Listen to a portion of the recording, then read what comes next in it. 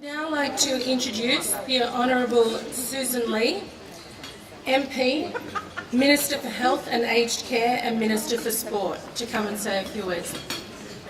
Please give her a round of applause.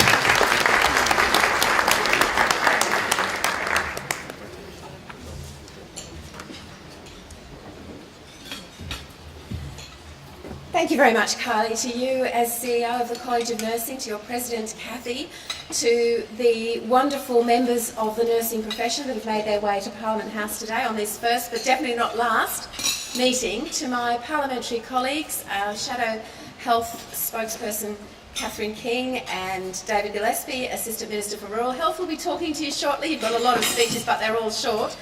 Thank you for having me. Can I acknowledge the traditional owners of the land on which we stand and say that I also would like to acknowledge the role of nursing in what should be and is the highest priority of all health ministers to close the gap in Indigenous life expectancy.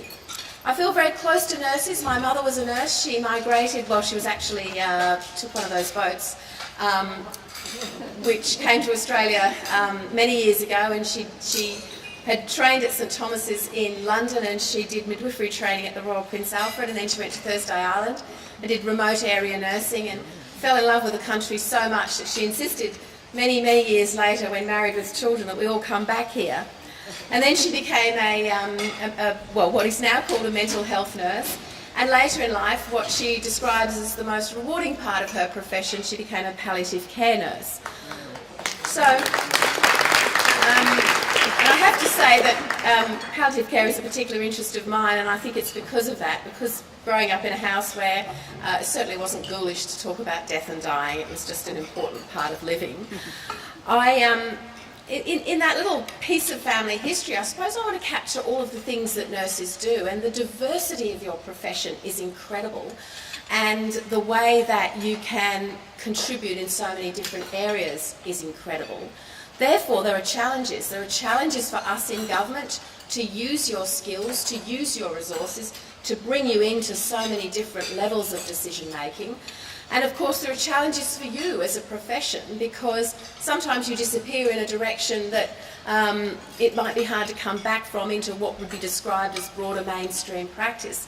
Sometimes, and I talk to a lot of nurses in primary care because I visit a lot of GP surgeries, they describe their experience in the hospital system and why, for various reasons, they don't necessarily want to go back there, or it's a different time of life.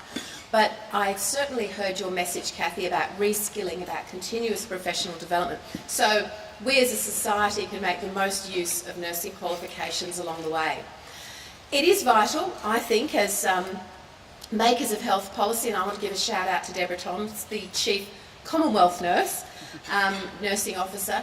It is vital that we integrate your advice and your thoughts into different areas of policy making. So I don't want to stand here before you and just say, nurses are wonderful, you're top of the most trusted list of professions. Yes, you are, and so you should be.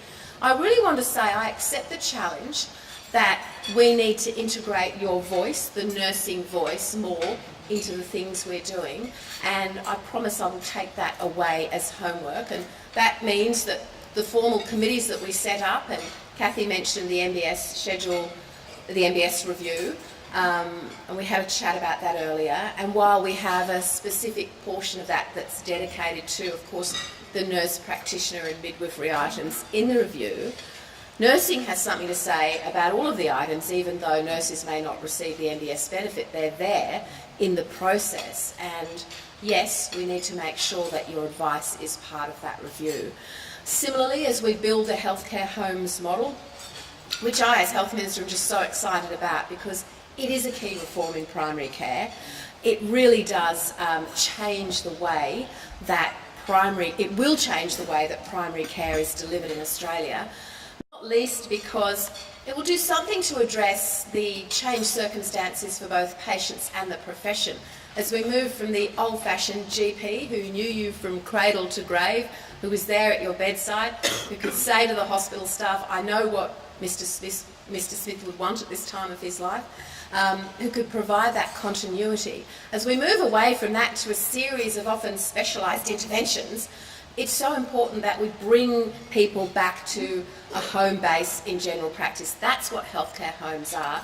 And I'm really excited about the role of nursing in those healthcare homes, because the medical practices that I've seen, several ahead of their time, that have that I call nurse-led general practice, will become much more the flavour of the future.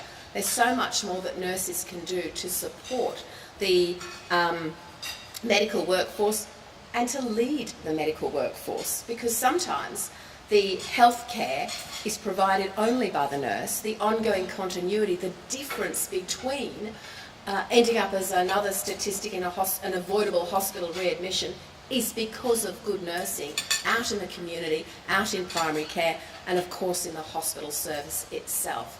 So